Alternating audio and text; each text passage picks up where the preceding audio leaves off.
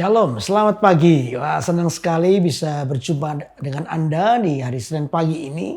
Mari kita sungguh-sungguh percaya bahwa di dalam segala hal Tuhan itu turut campur tangan untuk mendatangkan kebaikan buat kita semua. Karena itu sikap berharap, percaya, dan berserah kepada Tuhan itu menjadi bagian daripada kekristenan yang mau bertumbuh.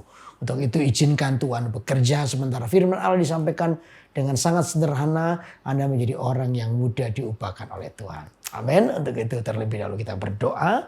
Mari Tuhan Yesus, kami terbuka buat Tuhan. Bekerjalah di hati kami, kerjakanlah apa yang menjadi kehendak-Mu, supaya apa yang baik, apa yang berkenan, apa yang mulia, apa yang menyenangkan hati-Mu, itu yang kami lakukan. Kami serahkan seluruh kehidupan kami dalam tangan-Mu, biar Engkau bekerja melalui hidup kami. Terima kasih Tuhan. Dalam nama Yesus kami berdoa. Amin, amin, amin. Nah, saudara, pagi hari ini firman Tuhan akan kita baca di dalam Efesus pasal 4 ayat yang ke-13. Sampai kita semua telah mencapai kesatuan iman dan pengetahuan yang benar tentang anak Allah, kedewasaan penuh dan tingkat pertumbuhan yang sesuai dengan kepenuhan Kristus, sehingga kita bukan lagi anak-anak yang diombang-ambingkan oleh rupa-rupa angin pengajaran, oleh permainan palsu manusia dalam kelicikan mereka yang menyesatkan, tetapi dengan teguh berpegang kepada kebenaran di dalam kasih kita bertumbuh di dalam segala hal ke arah Dia, Kristus yang adalah kepala. Nah, saudara, dari sini maka kita bisa lihat bahwa surat Efesus itu mengingatkan supaya kepada kita bahwa pertumbuhan rohani itu bisa diukur. Saudara, pertumbuhanmu secara rohani dan pertumbuhan saya secara rohani dapat diukur. Yang pertama adalah dapat diukur dari apa? Dari perubahan hidup. Dari perubahan hidup kita. Orang bisa melihat betapa hidup kita ini mengalami sebuah perubahan yang signifikan. Dulu kita adalah orang yang kasar.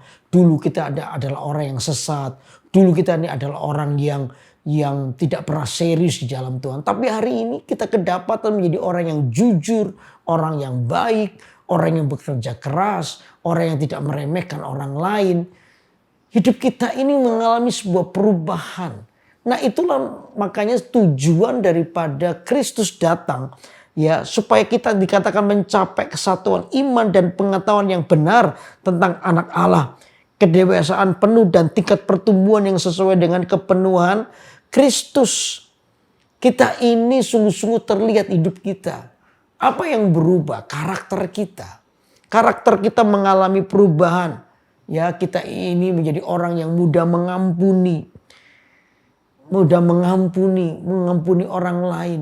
Dan kita ini menjadi orang yang sungguh-sungguh meletakkan rencana Allah di hidup kita. Kita gak sembarangan lagi hidup. Tapi kita menjadi orang-orang yang mengampuni. Yang hidup berdampak bagi orang lain. Nah, saudara, karakter Anda ini perlu diperhatikan. Makanya jangan heran kalau semua persoalan dalam hidup kita itu selalu dibenturkan kepada karakter kita. Karena bagi Tuhan menolong kita itu gampang. Tapi Tuhan tuh lebih tertarik Kristus itu nyata dalam hidup Anda dan saya. Makanya apa yang menjadi kekurangan Anda perlu kita ini mulai memperhatikannya. Apa yang menjadi kekurangan di dalam karakter. Ingat ya, kelemahan-kelemahan karakter yang tidak diurus itu akan menjadi kejahatan yang serius. Kelemahan-kelemahan hidup kita yang tidak pernah kita urus, kita biarkan saja, itu bisa menjadi kejahatan yang serius dalam hidup kita. Kelemahan Anda itu akan menjatuhkanmu. Kelemahanmu itu yang akan membuat Anda terjegal dalam kekristenanmu. Karena itu perhatikan di mana area mana Anda lemah, di area itu Anda harus berhati-hati lagi. Sebab disitulah iblis akan mencoba menjatuhkan Anda.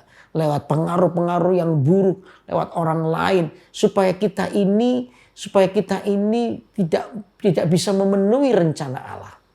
Amin. Amin. Perhatikan karakter Anda. Karena itu Tuhan mau karakter kita diubahkan. Tuhan mau karakter kita menjadi karakter Kristus. Nah, disinilah sinar Kristus itu nyata buat hidup kita. Saudara yang susah mengampuni. Belajarlah mengampuni. Tuhan itu tidak mencari orang yang mampu. Tapi Tuhan itu mencari orang yang mau. Saya percaya kalau Anda mau aja, maka Anda akan diberi kemampuan daripada Tuhan. Halo, amin, saudara. Disinilah kebutuhan atau keputusan hidup kita untuk sama seperti Kristus Jangan takut untuk meninggalkan zona nyamanmu. Jangan takut. Kalau zona nyamanmu membuat Anda jauh dari Tuhan, tinggalkan itu. Gantilah dengan sesuatu yang baru. Di mana Tuhan mau taruh atau letakkan rencana yang indah dalam hidup kita. Sehingga kita bisa mewakili kerajaan Allah. Hidup kita menyenangkan hati Tuhan. Hidup kita selalu berpadanan kepada kehendak Tuhan. Apa yang baik, apa yang benar, apa yang mulia, itu yang kita lakukan. Jangan kalah dengan dosamu. Jangan kalah dengan godaan-godaan yang membuat Anda jauh dari Tuhan. Tapi berjuanglah penuh kepada sebuah tujuan ilahi. Supaya hidup Anda diberkati oleh Tuhan. Supaya hidup Anda sesuai dengan rencana Allah. Amin, saudara. Lalu yang kedua apa? Kedua apa? Tanda daripada kedewasaan rohani tadi, karakter kita berubah. Yang kedua adalah kerinduan untuk memberitakan Injil. Itu pasti. Hati kita ini dipenuhi oleh belas kasihan. Sudah gak ada cara lain, saudara. Saya percaya kalau sementara Anda sungguh-sungguh dengan Tuhan. Satu ini yang Tuhan selalu munculkan dalam hidup kita. Apa? Keselamatan bukan untuk dirimu sendiri juga. Tapi untuk orang lain. Anda akan selalu punya kerinduan untuk memberitakan Injil. Dan saya percaya Anda dan saya berada di sebuah kesempatan. Di lingkungan kita. Bagaimana orang lain melihat bahwa Kristus hidup dalam kehidupan kita. Orang lain lihat bahwa Yesus itu hidup dalam hidup Anda dan saya. Sehingga kita ini menjadi orang-orang yang bisa dipakai oleh Tuhan. Dimanapun kita berada. Karena itu saudara terus miliki sebuah kerinduan yang besar ini. Supaya hidup kita ini menjadi kehidupan yang semakin hari semakin menyenangkan Tuhan.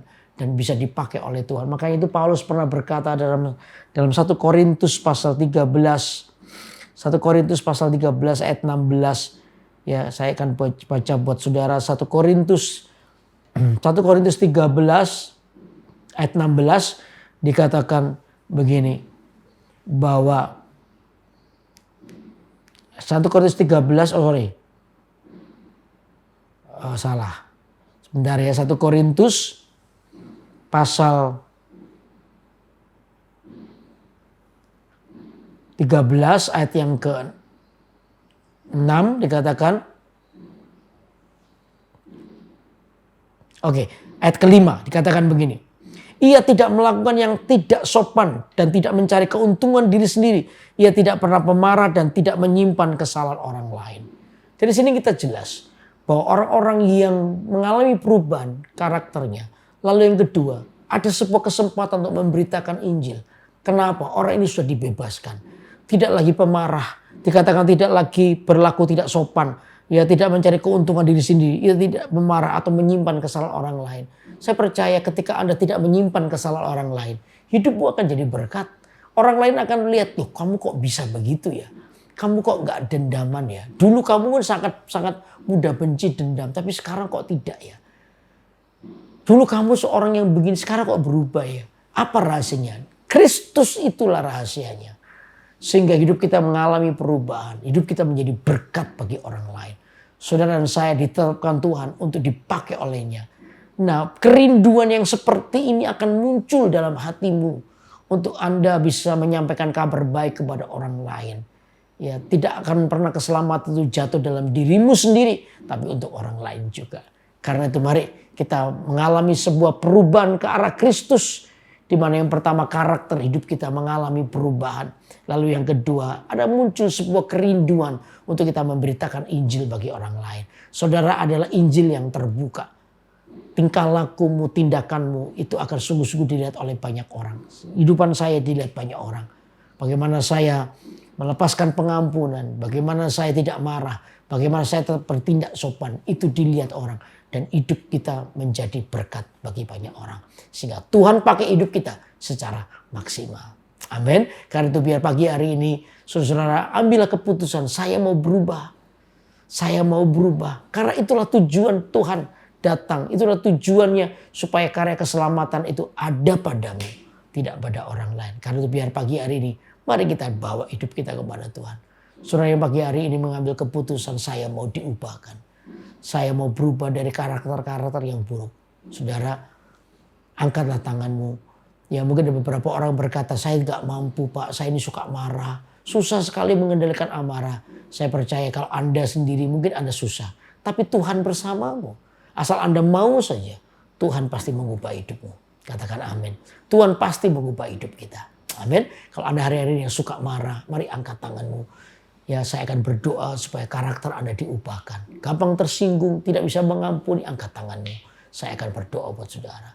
Tuhan Yesus, Engkau melihat tangan-tangan yang terangkat pagi ini. Orang-orang yang bergumul dengan kemarahan hati. Orang yang pernah mengalami kepahitan, sakit hati. Tuhan, aku berdoa, Tuhan jamah pagi hari ini.